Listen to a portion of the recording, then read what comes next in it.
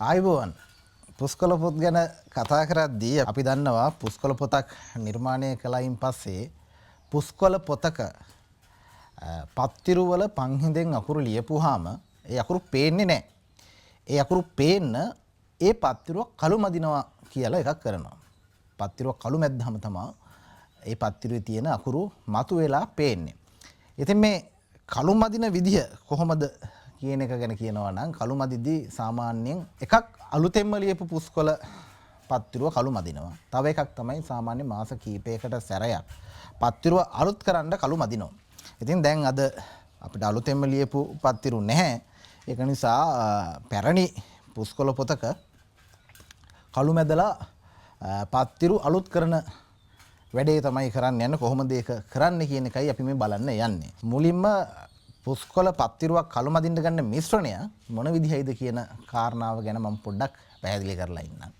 අපි කළු මදින වැඩවලට අපි ගන්න ප්‍රධාන අමුද්‍රව්‍යයක් තමයි ගැඩුඹ අඟුරු. ගැඩුඹ ගහේ අරටුව පුච්චලා ඒ එන අඟුරු එක පෙනේරකින් හලලා ඒ සියුම් අඟුරු කුඩු එක අරගෙන එකට දොරණ තෙල් සහ දුම්බල තෙල් නියමිත ප්‍රමාණ වලින් කලවම් කරලා තමයි පුස්කොළ පත්තිරුවක කළු මදින මිශ්‍රණය අපි හදාගන්නේ.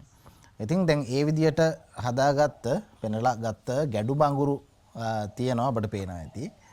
මේ එහෙම හදාගත්ත මිශ්‍රණයකුත් දොරණ තෙල් දුම්බල තෙල් ගැඩුඹ අඟුරු කලවම් කරලා හදාගත්ත මිශ්‍රණයකුත් මෙතන තියෙනවා. ඉතින් කළු මදින්න අපි පාවිච්චි කරන්නේ පොට්ටනියක් මාධ්‍යයෙන් තමයි භාවිතයෙන් තමයි මේ පත්තිරුව කළු මදින්නේ. සාමාන්‍ය මේ කළු මදිනවා කියන වැඩේ අපේ පුරාණ පන්සල් වල නිතරම වෙච්ච වැඩක් ඔය පුස්කොළ පොත්ගුල් පවත්වාගෙන ගියපු ලොකු පිනක් විදිහට මේක සැලකුණා. ඔය සමහර තැන්වල බොහොම ප්‍රසිද්ධ ගාථාවක් තියෙනවා අක්කරං ඒක මේකං වා බුද්ධ රූප සමන්සියා තස්මාහි පණ්ඩිතාපෝසෝ ලිකේය පිටකත්යන්.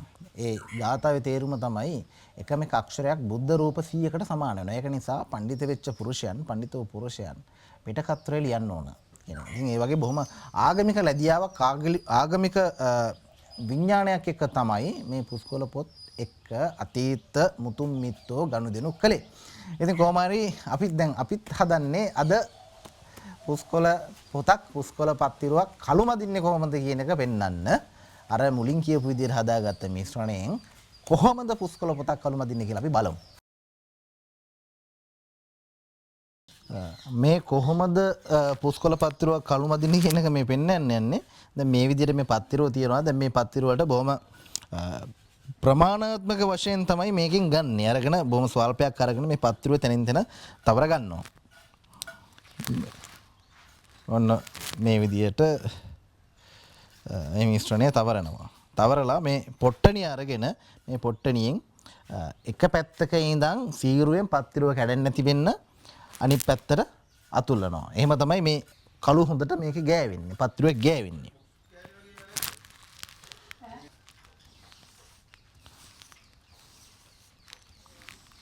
අපිට පේනවා ඇති හරි අපූර්වට පත්තිරුවේ මේ අපි හදාගත්ත මිශ්‍රණය තැවරෙනවා. පත්තිරුවට හානියක් නෙවෙන්න බොහොම පරිස්සමෙන් මේ වැඩේ කරන්න ඕන. හදිසිය කඩිමුඩිය කරන්න පුළුවන් වැඩක් නෙමෙයි මේක.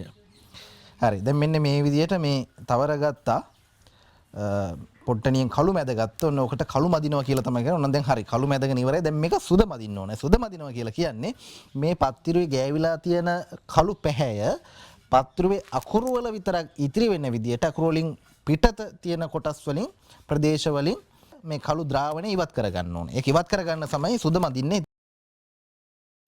කළු මැදගෙන ඉවර වෙච්ච පත්තිරුව මේ විදිහට සුද මැද ගන්නයි මේ යන්නේ. දැන් මේ කුරක්කම් පිටි මේ තියෙන්නේ. මේකට තව අපිට අවශ්‍ය නම් පාවිච්චි කරන්න පුළුවන් 10 කුඩු. නමුත් 10 කුඩු වලට පොඩ්ඩක් අත කැපෙන ගතිය, හීරෙන ගතිය, මැදෙන ගතිය වැඩි.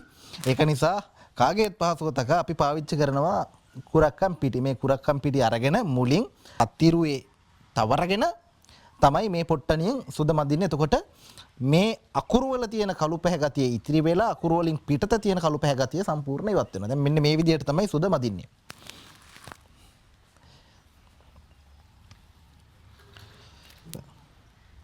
දැන් පේනවා ඇති එක පැත්තක ඉඳන් අර කළු මැද්දා වාගේම තමයි සුද මදින්නෙත්. දැන් මේ කුරක්කම් පිටි වලට මෙහෙම සුවඳ මදිනකොට අකුරු විතරක් හොඳට මතුවෙන්න අකුරු වලින් පරිබාහිරව තියෙන කළු පාට ගතිය ඉවත් වෙනවා. බොහොම සීරුවෙන් කරන්න ඕන පත්තිරුවට හානියක් නෙවෙන්න. දැන් අපිට පේන ඇති. දැන් ඒ විතර නෙවෙයි දැන් කළු මැදලා සුද මැද්දාම පොඩි දිස්නයක් පත්තිරුවට එකතු වෙනවා. පත්තිරුව අලුත් වෙනවා කියලා කියන්නේ ඒකයි. මොකද මේ දුම්මල තෙල්, දොරණ තෙල් මේවා එකතු වුනහම හරි සුවඳක් විහිදෙනවා. ඒ සුවඳත් එක්ක සත්තු වැඩි මේ පුස්කොළ පොතට හානි කරන්නේ නැහැ. පුස්කොළ පොතට ආරක්ෂාවකුත් මේ කළු මැදීමෙන් සුද මැදීමෙන් ඇති වෙනවා. දැන් මේ කුරක්කම් පිටි වලින් සුද මැදලා ඉවර කරගත්ත මේ පත්තිරුව සුද්ධ කරගන්න ඕන. මේ කුරක්කම් පිටි හොඳට යන්න පිහද ගන්න ඕන. අපි බලමු දැන් ඒක පිහද ගත්තයින් පස්සේ මේ පත්තිරුවේ වැඩේ ඉවරයි. දැන් කුරක්කම් පිටි වලින් සුද මැදගත්ත පත්තිරුව මේ විදිහට අරගෙන හොඳට මේ පිටි ටික අනවශ්‍ය තැන් වල තියෙන තෙල් පිටි යන්න හොඳට මේක පිහද ගන්න ඕන රෙදි කෑල්ලකින්. ඒ පිහද ගැනීමත් එක්ක තමයි කළු මැදීම සුද මැදීම කියන වැඩ කටයුතු අවසානයේදී මේ විදිහට මේක පිහද ගන්නවා. පත්තිරුවට හානියක් නෙවෙන්න ඒක ලස්සනට පියද ගන්න පේන ඇති එන්න දිස්නේ වැඩි වෙනවා මේ විදියට පියද ගත්තාම. හරි දැන් ඉතින් මෙහෙම තමයි පත්තිරුව සම්පූර්ණ කළු මැදලා සුද මැදලා අවසන් කරගත්තාම පත්තිරුව අපිට පේන්නේ මේ විදියට. පත්තිරුවක් අලුත් කරනකොට අලුතෙන්ම කළු මදිනකොට මේ විදියට තමයි මේ වැඩ කටයුතු සිද්ධ වෙන්නේ. ඉතින් ඔය වැඩ කටයුතු ඔය විදිහට තමයි සිද්ධ වෙන්නේ. පුස්කොළ පත්තිරු සම්ප්‍රදාය ගැන කතා කරනකොට ඉතින් ලොකු වැඩ කොටසක් මේක ඇතුලේ සිද්ධ වෙනවා. පත්තිරු නිර්මාණකරණයේ ඉඳන් මේ පොත සකස් වෙලා කාලාන්තරයක් ගත වුණාම පොත සංරක්ෂණය කිරීමේ ඉඳන් මේ පුස්කොළ ලේඛන සංස්කෘතියත් එක්ක බැඳිච්ච පුස්කොළ සංස්කෘතිය ඇතුලේ අපිට දකින්න ලැබෙන අහන්න ලැබෙන අපූර්ව දේවල් ඉඩක් වෙලාවක් ලැබුණොත් අපි ඔබත් එක්ක බෙදා හදා ගන්නවා.